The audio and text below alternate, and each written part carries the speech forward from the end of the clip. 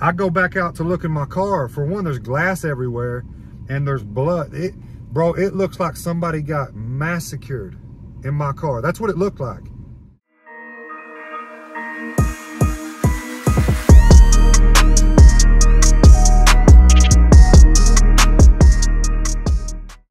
What's up, YouTube? Hustling 101 back again with another video where I share my life with the world, the good, the bad, and everything in between. Make sure to like, comment, subscribe, please, and thank you. So it's Christmas. You know I gotta put out a banger today, man. So I was thinking about, I was running through all the crazy stories I got, and one came to mind. It really has nothing to do with Christmas, but I think it'll be a good story, man. It's a wild story. It's definitely wild. So this story takes place, I was around 22, 23 years old, maybe 24. I don't remember exactly how old. It was before I caught my felony charge. So I think I was like 23. And this story involves my best friend at the time. So we used to always, like, we were alcoholics, guys. We would drink. Anytime we had time off from work, we were getting drunk and high and doing whatever. This particular night, we had stayed up all night drinking. You know, going to people's houses, whatever, just doing, you know, whatever, just what drunk people do. Drunk young people do. So we ended up, now it had been all night already. We'd been up all night drinking. The sun was already out. Like it was the morning time, but the sun had just came out, so it was just now daylight. So we pulled up at another friend of ours' house in Athens, Tennessee. When we get there, the way the driveway is, there's a big hill that goes up, and there's a bunch of brush and bushes and thorns and shit down in there, like basically a trench that goes off down the side of the driveway. So when we pull up, you know, my friend, he's in the passenger seat, I'm driving. We're in a little Honda Civic. I'll never forget this, little two-door coupe Honda Civic. When he gets out the car, he's so drunk, he like falls off down in this trench. And bro, and his brother's in the back seat too. It's him, me, and his brother, his little brother. When he falls off in this trench, bro, it was so funny. We just start laughing. We're falling out, dying, laughing at his ass, dude. Like, and him being drunk, he climbs up out the ditch or whatever. So he gets mad about it. He gets mad because he sees us in there laughing at him. He's embarrassed or whatever. And now check this out, guys. My passenger window is cracked. Like, it's cracked a little bit, like that much. So he gets so mad, he punches my window. He hits it one time and nothing happens. And then he goes to hit it again even harder. And then shatters the fucking window. I'm talking, it busts everywhere. Okay, now I'm pissed off. You know, you ain't have to do that. Like, we're about to fight about this shit, bro. So I jump out the car, go around my car, because I'm fixing to fight his ass. You know what I'm saying? Like, he just broke my window. As soon as I make it around the car, he's holding his hand and there's blood everywhere. I'm talking, I've never seen somebody bleed this much in my life, guys. Blood everywhere. What he done is when he hit that window the second time, his fist didn't connect with the window. His wrist hit the top of the damn glass and it sliced his wrist wide open and shattered the glass too. So at this point, like, I'm not mad anymore. I'm like panicking, like, oh shit. I mean, guys, when I say there was a lot of blood, I'm not even playing. Like, you could see it just pouring out into the concrete. So I'm flipping, dude. His brother's flipping. We're like, yo, get in the car, bro. We got to get you to the hospital ASAP.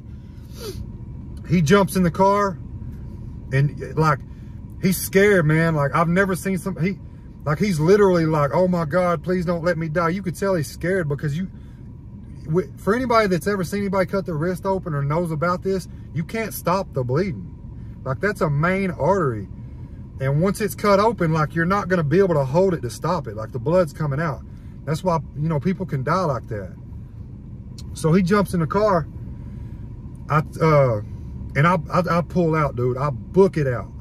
I throw the thing in reverse, stomp the gas. We're flying through town, and we're like 3 minutes from a hospital, thank God. We're flying through town. I'm running red lights. I'm like running around cars. I'm not caring if I get pulled over. You know, this is an emergency situation. So if I was to get pulled over, I had a good excuse for what I was doing. I'm running red lights, like sliding sideways around curves and shit, trying to get to the hospital. We finally make it to the hospital, and I pull up where the ambulances pull up. You know, where the sliding glass doors, like the emergency spot where an ambulance would pull up if it was an emergency. I pull up there, I get out my car, I run up and start beating on the window. He gets out the car and he's like holding his hand up, and you, like, the way the hospital was, the doors were there and there was like a hallway. You could see doctors running. I'm beating on this glass so hard, I know everybody in the hospital heard it. So you see the doctors come running because they see his hand and blood. He was bleeding so bad, guys. When he got out my car, there was a trail of blood to the thing. So they run and they open the doors, right? They take him in real quick. They put him in the closest room and they immediately start operating on him. They tell us to wait outside. You know, this is my best friend, guys. I'm literally worried for his life. I think he might die.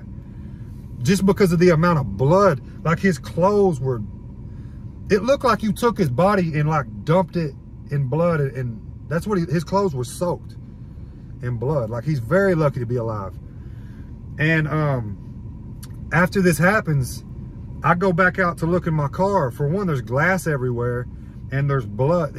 Bro, it looks like somebody got massacred in my car. That's what it looked like. It looked like somebody was murdered bloodily in my car. So they're working on him. You know, I get a hold of his mom. Oh, this is the same frame where his mom stabbed me too. This is before the stabbing happened though. I'm pretty sure. So I call his mom. I'm letting everybody know, like, dude, your son's in the hospital. Y'all need to come up here. He might die, like, it's serious. They end up saving him. He didn't die. They end up like sewing his hand up and doing all that and giving him blood. They had him hooked up with all kinds of IVs. And he's passed out. He stays passed out for a while. And then eventually, you know, he wakes up and they admit him, let him leave and do all that. Now, I want to talk a little about the after effects of this too, because this messed him up for life. Now, I haven't talked to him in a long time, so I don't know if he's gotten therapy for his hand or not. But the last time I seen him, because we stayed friends for a long time even after that. But his hand, over time, slowly started deteriorating. I guess the way they had to sew his wrist up, it must have cut something off, cut some kind of blood flow off or something. But over time, his hand, the muscles in his hand slowly started deteriorating. And I'm pretty sure to this day, his hand looks sickening. Like, it looks like a skeleton with just skin around it. Like, no meat, no muscle, no nothing. Like, his hand, but he can still move it. He can still use it. I even got in a fight with it like that one time. I'm gonna make a video about that. It wasn't that interesting of a fight, but he got in a fight with his hand like that one time and won the fight too. But his hand is messed up to this day because of that. Yeah, that's the story I wanted to tell on Christmas, man. I hope y'all enjoyed that. Don't drink and act stupid and try to punch windows out. You could lose your life doing it. I just gave you a perfect example of why not to flip out and do some stupid shit like that. That's my Christmas story for today, guys. I hope y'all enjoyed it. And hey, man, you already know what it is. I'm just a dude that got on YouTube and decided to share his life with the world. And as always, peace out.